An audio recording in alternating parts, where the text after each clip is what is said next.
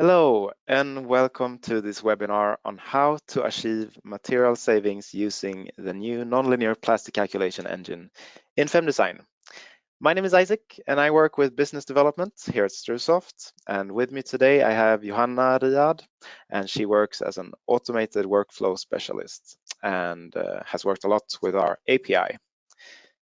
This webinar is hosted in collaboration with the Institution of Structural Engineers, and we do really appreciate their efforts in creating community and providing different training opportunities for us. We are very excited about this new calculation engine and the new possibilities it brings for us structural engineers, and also very happy that so many of you have tuned in to this webinar. So if you would like to try out this yourself after the webinar, you can apply for a free trial on our website, and you will also receive an email with a recording and all example files sometime tomorrow when we have finalized it. Should you have any questions or issues during the webinar, please use the GoToWebinar interface. Normally you can find it on your right-hand side, and there you can ask your question. And at the end of the webinar, we will try to answer all questions live. But before we begin, let's start with just a brief introduction of FEM-Design and StruSoft. So we at StruSoft, we develop software for the building industry, and our flagship software is called FEM-Design. It's a 3D structural analysis and design software with multiple design modules for different types of materials. And each year we release a new version of the software. And this time we have introduced version 23, which include this new feature, the new plastic engine for concrete shells.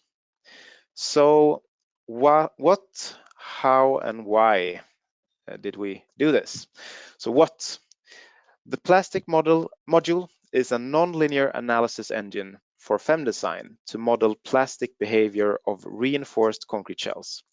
It can also be used for steel shells, but in this webinar, we will only focus on reinforced concrete shells.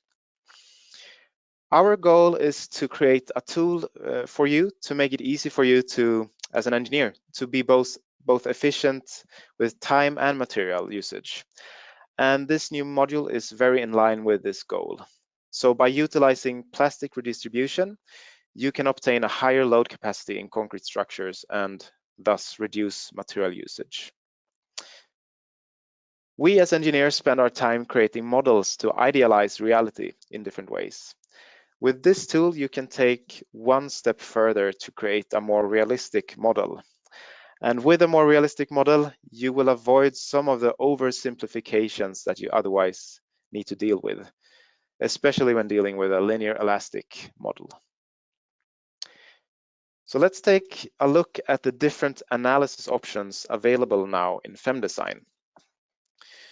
So here on your right-hand side, you have a stress-strain diagram, and you can see the dotted line here. It's the linear calculation that is available, which has the same stiffness both in compression and in tension. The other option that is available in FEM-Design is the cracked section analysis, and this has a linear compression side but a nonlinear tension side. It will take into consideration the reduction of the stiffness when the concrete cracks. However, with the introduction of this new plastic shell, we have a much more complex and more realistic material model for concrete. So you can see that you have a nonlinear behavior in the compression side, but also in the tension side with regard also to tension stiffening. So we will jump straight into the theory, so please bear with us for this section. You can always read more details about the theory in our manual, which you can find on our wiki page. So here we have the material model. On top here, we have the material model for concrete, and on the bottom, it's for the reinforcements. And on your right-hand side, you have the different settings available found inside the software. So I will just go through the different settings and explain how the different settings affect the applied material model. But before we do that, it's important to note that this model is for in-plane behavior. So normal force and moments, and in-plane shear. Out-of-plane shear is calculated in a linear way. So the first option that you have, the elastoplastic behavior checkbox. If you check this, you will take into consideration this nonlinear material model. If you have it unchecked, it will be a linear material model. The next option is plastic hardening, and that will take into consideration the parabolic shape of the plastic hardening on the compression side. If you have it unchecked, it will be an ideal elastoplastic behavior on the compression side. So having this checked will have a more realistic behavior. Also, we have an option for crushing. And this is a great tool because having a limit crushing strain inside the material model will ensure you that you have sufficient ductility in the system to obtain the actual redistribution in the system. So having this checked will check if the crushing strain is, it will stop the calculation if you reach the crushing strain in the system somewhere in the structure. And you have different options to this setting. And this is handling how to calculate the equivalent strain, because this material model here is just a 1D representation, but this is actually in 2D because it's a shell. So you have to combine two different principal strains to one equivalent strain. And this method here, it's a different method on how to combine this strain in a biaxial state. You can read more about that in the technical documentation. The next option, the tension strength in plastic flow rule, is if you want to consider the tension strength of the concrete on the tension side. Otherwise, you will just have minimal tension in the concrete. Next option is the tension stiffening, and that is if you would like a slow decline of the tension stiffness on the tension side, or a fast decline, if you would like to consider this tension stiffening or not. However, if you would like to consider it, make sure that you have applied minimum reinforcement. Otherwise, you can obtain results on the unsafe side if you consider tension stiffening without having applied minimum reinforcement in your structure. The next option is reduced compression strength in case of lateral cracking. This setting gives a more realistic compression strength, and you can also find a recommendation in the Eurocode that you should take this into consideration. And the next option is the reduced transverse shear stiffness in case of cracking. And similar to the next one, this gives also a more realistic stiffness, in this case for the transverse shear stiffness.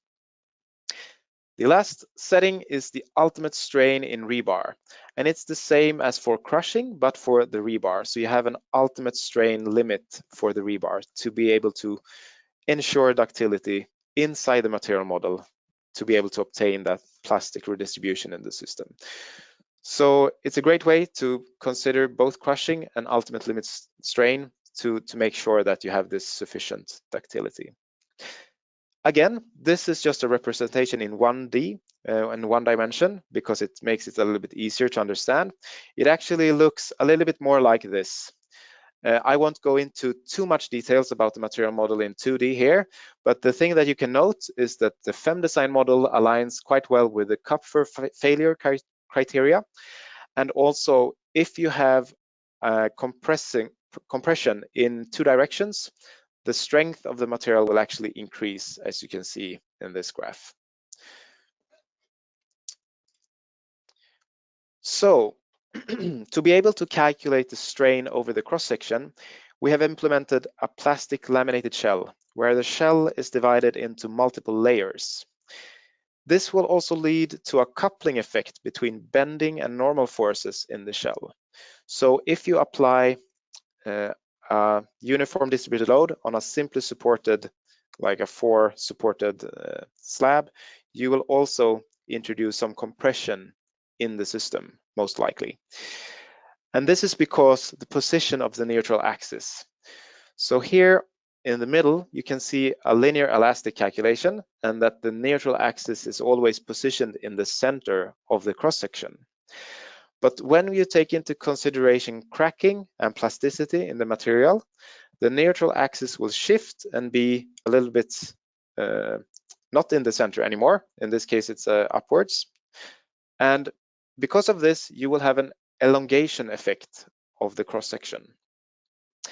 But since it's a shell, the geometry of the shell will restrain the elongation and instead introduce in-plane compression and tension rings. You will often find the compression in the parts where the curvature is the largest. And we all know that compression is good for the moment capacity. And this will give you some additional capacity boost of the cross-section when checking the capacity. So this is important to keep in mind, and also important to understand when viewing results, that you have a coupling between bending and normal forces in this model. So another important step is the general plastic redistribution of the force in the system. And to be able to obtain this, you need to apply the load in incremental loading steps. So for example, if you have a peak moment over a support, when you apply, and this starts to crack and reach plastic limit, you will redistribute the force to adjacent areas and maybe also to the field. And you will have a plastic redistribution of the force in the system. And this will give you, in most cases, a much more beneficial force distribution, and will give you more capacity of your structure compared to a linear elastic calculation. So in a linear elastic calculation, you carry out the analysis with all the applied load in one step, and then you take the internal forces and go into the Eurocode for the design according to the Eurocode formulas. This is not the case when dealing with the plastic shell model, or this nonlinear plastic shell model. Instead, we apply the load in incremental steps, so maybe 10 or 20% in each step, and the stiffness matrix of the system is updated for each step to have this redistribution of the force due to the nonlinear behavior of the material. And also, the check for the moment and normal and in-plane shear force is carried out inside the material model. So it's much like a stability analysis. So for a stability analysis, if you have a stable structure, the stability analysis will go through and show that. It's the same with this. So if you get convergence, if you have applied all the load, you know that the structure can withstand that loading with regard to moment, normal, and in-plane shear forces. If it isn't able to redistribute the force and you find failure, the analysis will actually stop and show the last converged load step. And it will show maybe 80% of the load have been applied, and then it couldn't find any equilibrium anymore. That means that you reached the failure most of the time. So you shouldn't combine the plastic shell analysis with the normal Eurocode design checks for moment, normal, and in-plane shear. However, for minimum and maximum reinforcement checks, shear and out of plane shear and punching checks, that should be carried out individually using the Eurocode formulas or another way you see fit. Okay, so to verify this model, we have verified it against numerous different experimental and numerical tests. You can read much more about this in the verification documentation, in the full technical documentation. But here is just one example where we have a comparison with a Hinton plate and FEM-Design. So you can see that the green line is the FEM-Design analysis. The red dotted line is the experimental real live test, and the other dotted line, the purple one, is the Hinton numerical model.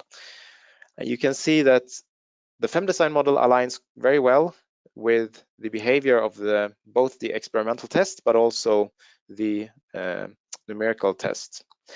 Not only in the max capacity of the plate, but also the behavior up until that point. So this tool can be both used to evaluate the max capacity, but also the deflections and the behavior up until that point. So what does the Eurocode say about this? Always when dealing with the Eurocode, it's a matter of interpretation, but we will do our best to guide you and to point you in the right direction, and you can read more on your own. But if we take a look at the Eurocode, concrete Eurocode, Eurocode 2, section 5, this is handling structural analysis. And you can read that the purpose of structural analysis is to establish the distribution of internal forces and moments. That's basic. And also that you should use some kind of idealization to obtain this. And then there's 4 different options presented. You're not limited to these 4 different options, but it's more like 4 different examples. So you have linear elastic analysis with limited redistribution, plastic analysis, and nonlinear analysis.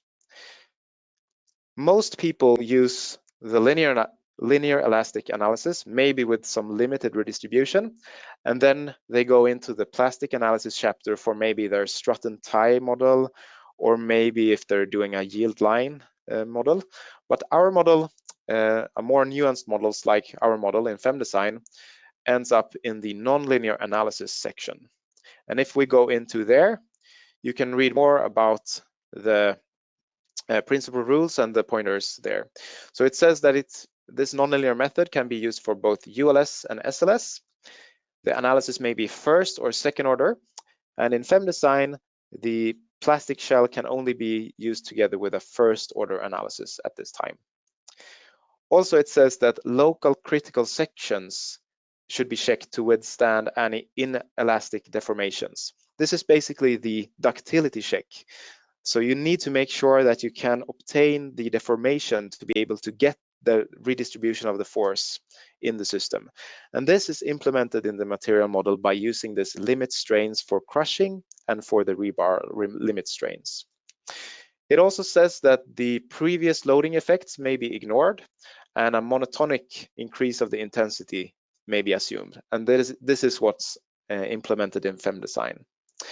Also, it says that you should use material characteristics that represents the stiffness in a realistic way, but still take into account uncertainties of failure. And this is done by using design values in the material model. So when you're using the material model in FEM-Design using the plastic shell, you are using design values for stresses and limit strains and so on. The last part is handling second order effects, and that's not applicable because we can't run a second order analysis together with the plastic shell analysis. So hopefully that gave you some more background and some more pointers where to look in the Eurocode when performing this type of analysis. So let's go through some limitations with the model implemented in FEM-Design. Again, like I said previously, out-of-plane shear forces are calculated in a linear way, and shrinkage loads are not included in the model at this time. The same goes for temperature and internal stress loads. Also, it's important to note that large deformation theory is not implemented in the software. And when you're running a plastic analysis, sometimes, especially for plates, you can get quite a lot of deformation. So you need to keep in mind that you don't get too much membrane action. So you're inside the acceptable deformation to be able not to consider large deformation theory. Also, again, you cannot combine this with second order analysis. So for slender structures, you should be also a little bit careful. Some other tips and tricks. This is a more advanced model and a more advanced analysis, and it's a mesh sensitive analysis. We are used to saying that if you have a finer and finer mesh, the result will converge more and more towards the correct result. This is actually not the case for the plastic calculation. So you have to find a sweet spot, not too coarse mesh and not way too fine mesh either. That will actually also give kind of bad results. So you need to carry out a mesh sensitivity study if you're unsure of the mesh size. So please keep that in mind. Also, when dealing with more advanced calculation methods, the settings for the calculation becomes more important. So, for example, the number of iterations and the load step may need to be adjusted a little bit depending on your specific situation. Also, when you're doing a more advanced model, everything should follow. So like the point loads and point supports, maybe in some cases you need to distribute them over a small area to get a better result. So please keep this in mind when working with this model. Let's continue with some practical examples. Hope that wasn't too much for you with the theory. Let's go into some practical examples. So the first example is a transfer wall, and we've done this in a linear way using strut and tie and using the plastic shell. And here we can see that we obtained material savings of about 16% compared to the strut and tie model. And this is because the struts and the ties in the strut and tie model are limited to their size. But here we can actually utilize some of the surrounding areas and redistribute to other areas. Also, when you start out using this model, this type of structure, like a transfer wall, is a very good example of a starting out structure, because the deformations are quite small, so you don't need to worry too much about the large deformation limitations that I just talked about. The next example that I want to highlight is a building core. And here we have on the right-hand side a linear model where we have applied cracking factors, and on the left-hand side we have the plastic shell model. So when we're doing a linear model, you apply some cracking factors, and that's often applied to an entire area or an entire object. This table is from the ACI, but there's similar reduction factors in the Eurocode as well. But this, of course, gives, again, quite an oversimplification. If you're using the plastic shell model, you will actually get crack pattern and also the plastic hardening of the concrete in the compression places to obtain a much more realistic deformation. And sometimes the deformation is quite important for these concrete cores and can be the limiting factor. So in this example, we saved about 36% rebars and 50% concrete in the bottom walls. And you can also see here that you have much more higher concentration of the loads in the linear model compared to the plastic shell, where you have this redistribution of the force, but also a much more realistic stiffness estimation. Next example is an office slab. And in general, you will observe larger savings for shorter spans and thicker plates compared to more slender slabs. So like an industrial slab could have a very good application area for this. But having that said, you still obtain some material savings using this on a more normal office slab. So in this case, we saved about 6% rebars, and you can see again on the left-hand side, you have the linear model. On the right-hand side, you have the plastic shell model, and you see that you have some redistribution of the forces to other areas to have a more evenly distributed force, and this will give you some more capacity. The last example is a moment-resisting frame facade. And again, we compare this to a linear model and a hand calculation using concealed bars. And we obtain material savings of about 23%. And again, it's because of this plastic redistribution in the system, which you can also see in the structure and in the color palette here. So you have a much more even distribution in the plastic shell model. Let's continue to the live demo. So the live demo is divided into two different parts. The first step is just to show you the different settings and the different results and the analysis settings inside the software. Then we will take the next step and incorporate API to take this even one step further in optimizing the material usage of our structures. But let's start to jump into the software to show the different settings. I know that you're all not familiar with FEM-Design and the layout, but I will only show the settings associated with this feature here, and you can find other resources to get you started inside the software to understand like the layout of the interface and so on. So you will find the settings for the plastic shell if you go into either plain plate or plain wall, and select the question mark to go to the properties for the object.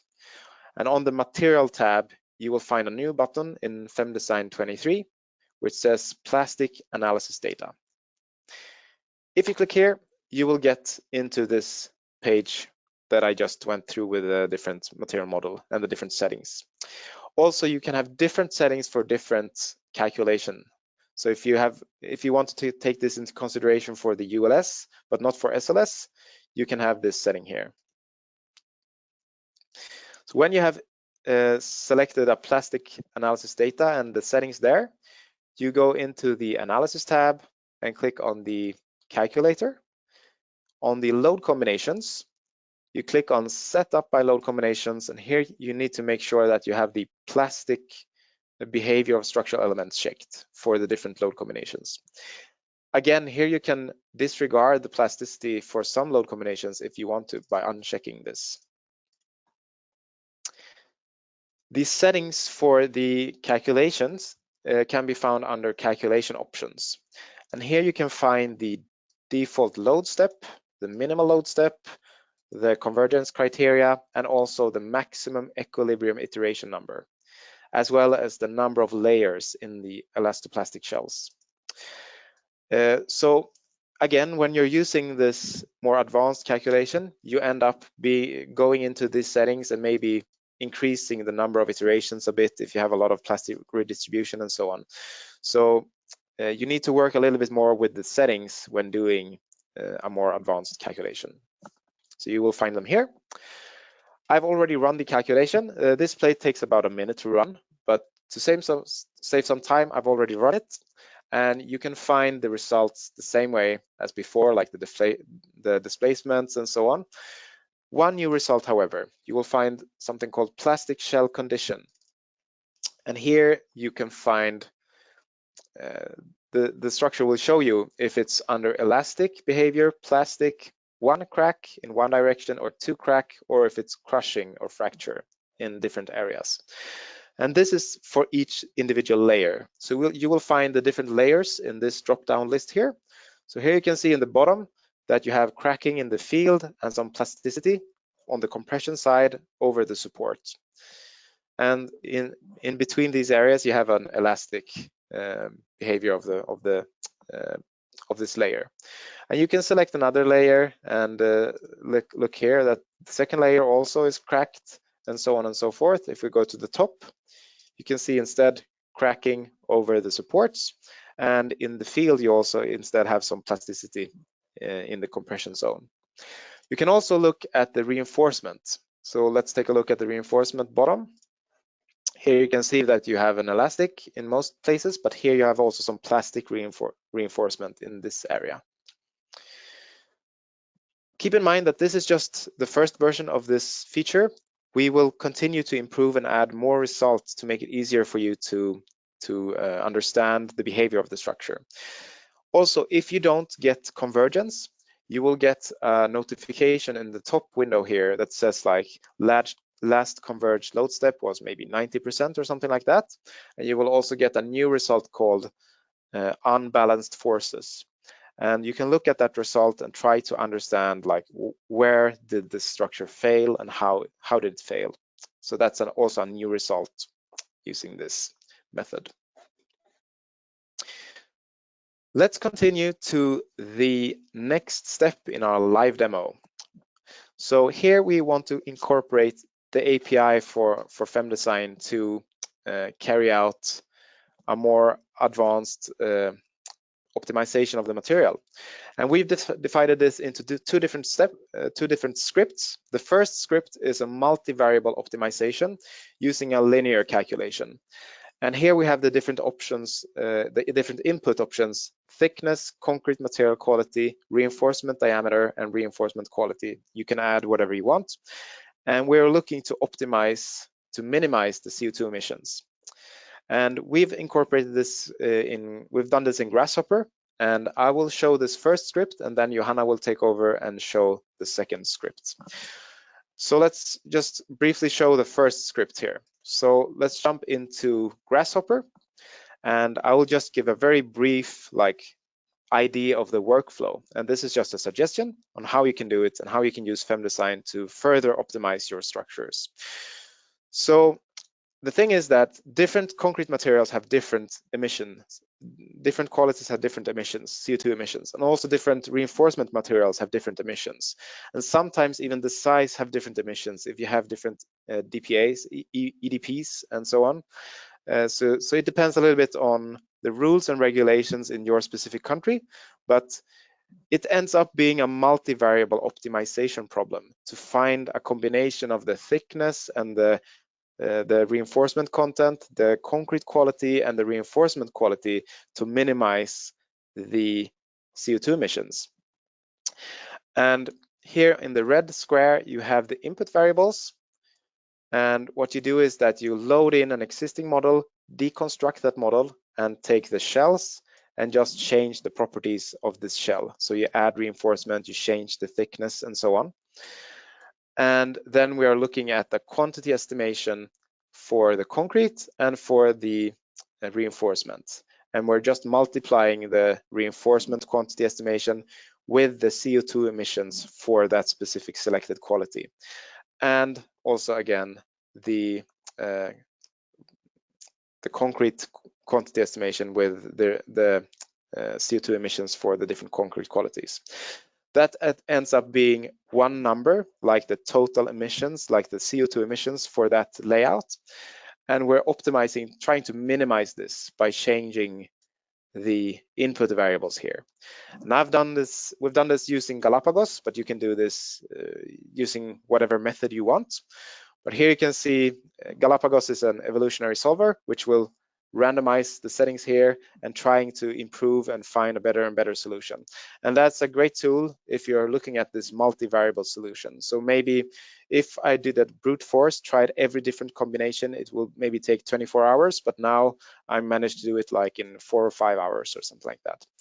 And then you can go back here into the different populations and reinstate the best solution, basically.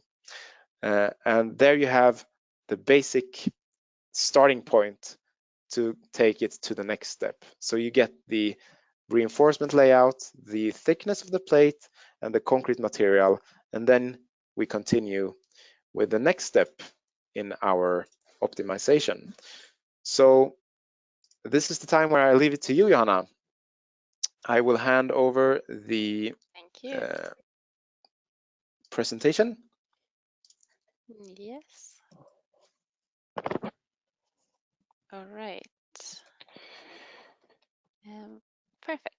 Yes, thank you, Isak. And I will take the presentation from here and show you the second step that we're looking at.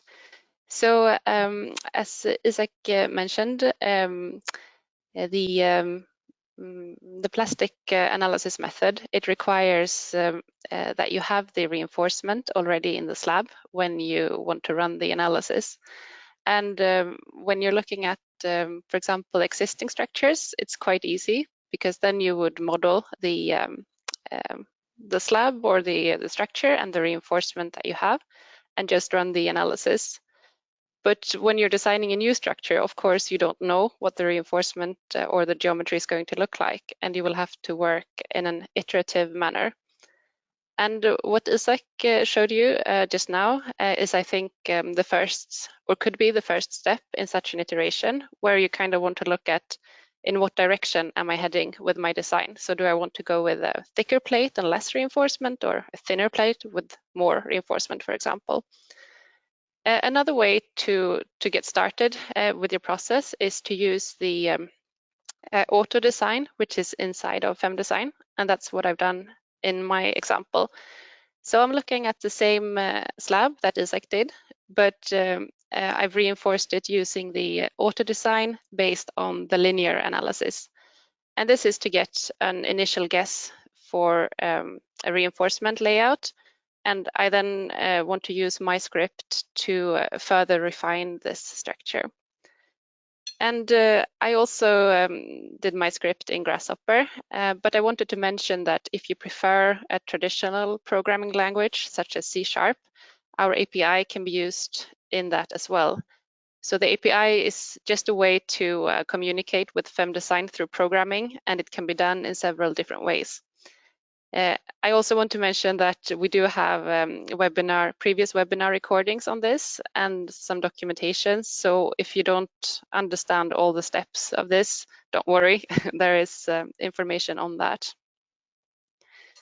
Right, so let's open the script.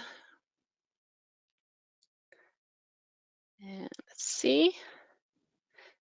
So this is the entire script, and I thought I would go through the most important steps in it. And then, of course, you will be sent this after the webinar. So if you want to try it out for yourself, you can, and then you can look also more in detail at the different steps.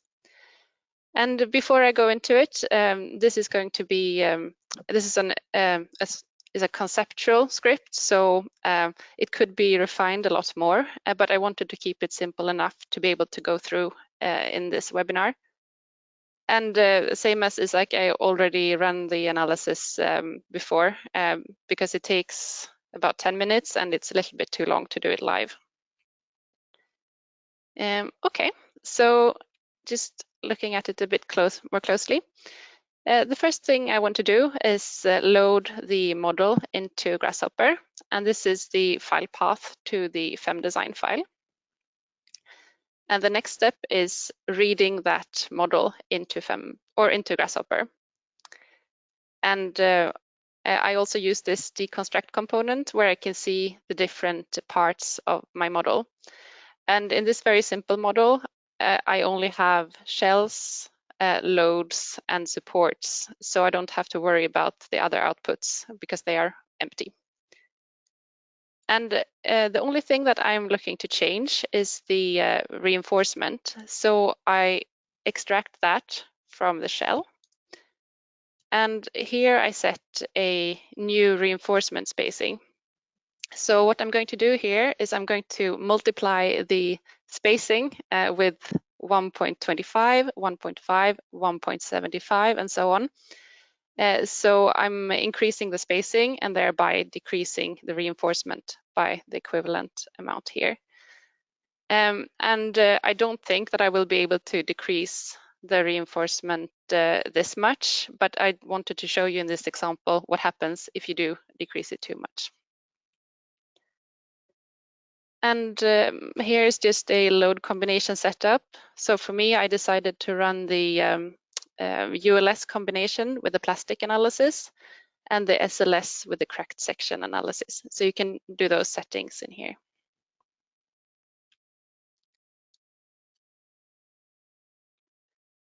And here I assemble the new models. And in the beginning, I just had the one model. But if you look here, I actually have 8. And the only thing that is different between them is the reinforcement amount, which decreases further down the list. I run the analysis and I also save the different iterations because I want to be able to go back and look at them inside of the software if I want to, and do some post-processing of the results to get them in the format that I want.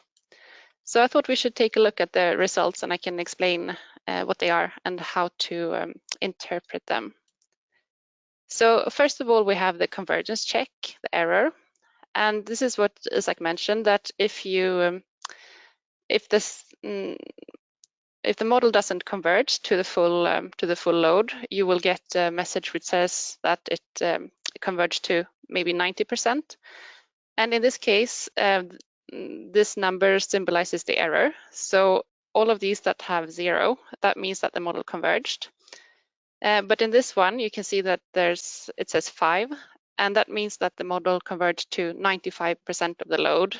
Here it's 87.5, and here it's 80. So these 3 last options are disqualified. They don't converge, so we know that they don't work. And then the next step is the displacement in ULS. And as Isak mentioned, we don't have the large deformation theory, which means that we need to make sure that the deformations aren't too large for our theory to be valid.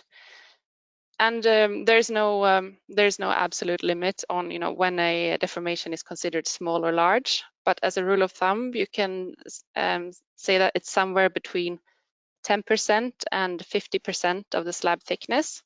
And this also depends on the boundary conditions and so on. But my slab is 200 millimeters thick, so that means that acceptable deformations could be anywhere between maybe 20 millimeters and 100 millimeters. And as you can see, the displacement, this is the maximum displacement in the model. They are all below 100 millimeters. But for me, I'm a bit conservative as a person, so I'm not comfortable with being at the top end of that range. I would like to be somewhere maybe around here at 50 millimeters. So I think maybe the third model is the one that I would go with here. And the next step is looking at the maximum displacement in SLS, because of course you probably have requirements on that as well. And in my case, these displacements are really small. I have quite a short span, so they're not going to be the limiting factor, but they could be in another structure. There could also be crack width limitations that you wanted to look at, and there could be the minimum reinforcement that you wanted to check here as well. So I didn't do that in this example, but that's something that you can keep in mind.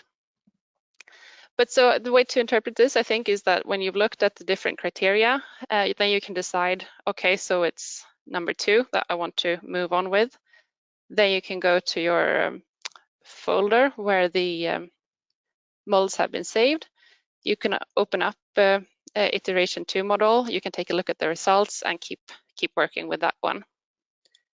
And if we go back to the input, let's see.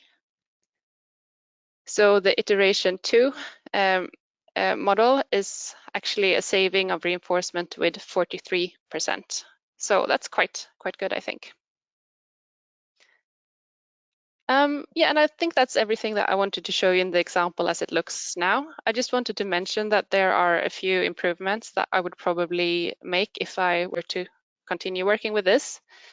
And one of them is that because this model is so small, it's quite quick to run anyway. But if you have larger models, it's a bit unnecessary that we run all of these models, which are, I mean, when we get to this one, we see that one of the criteria that I have is not met, and it's really unnecessary to continue running the model after that. So I would put this into the whole script into a for loop, where I would check the criteria each iteration, and when one of my criteria is exceeded, then I would stop the process after that. It would also be useful, I think, to have 2 loops after each other. So you would first run this bit coarser loop, but then when you know that it's somewhere in this region I want to be, then you could take finer steps and refine it further. You could also look at the top reinforcement and the bottom reinforcement separately. I think that would make sense.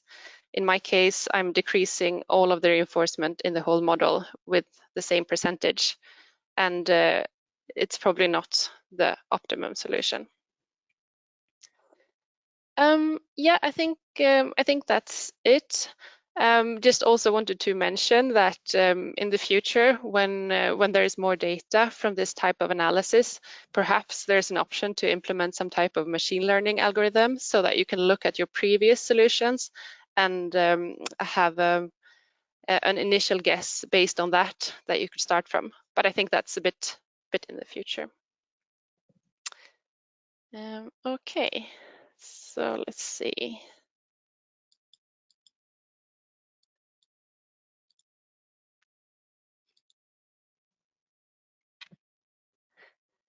So just to wrap up the webinar, we wanted to give you some pointers on where we think that it's best to get started with this new module. And I think the most important one for me is the one where we say that you can become more confident in your structural behavior when you use this module, because it uses the real material properties of the structural materials. You will get things like peak smoothing and plastic redistribution automatically in this model, and you can verify that the guesses that you perhaps made when you use the linear analysis method are correct. Another way is to investigate the capacity of existing structures. And as I mentioned previously, they are easy because you already know the geometry and the reinforcement layout. So you can model that, run the analysis, and see what happens. And often we think you can find that you have a bit more capacity when using this plastic method than you had with the linear analysis. And perhaps this can also make you be comfortable with pushing your utilization ratio a bit higher in your new designs. For example, for me, when I was working as a structural engineer, I would often limit my utilization ratio to maybe 80 or 90%. But I think I would be more comfortable pushing it closer to 100% in the linear analysis method if I ran the plastic model and I could see that actually I can redistribute the forces a bit more than I thought, and I probably have even more capacity. So even if you don't use the utilization ratios over 100% in the linear analysis method, you could probably push them a bit higher than you were previously as a starting point. And I think you probably all understand this already, but we just wanted to mention that we don't think that you should start using this method because it's an advanced analysis method. You need to get comfortable with it and understand how it works and understand the limitations before you utilize it to 100% and use it to its full potential. So we think that you should start a bit carefully and then move on and use it more and more. So yes, I think that's it for us. See. Thank you very much for listening.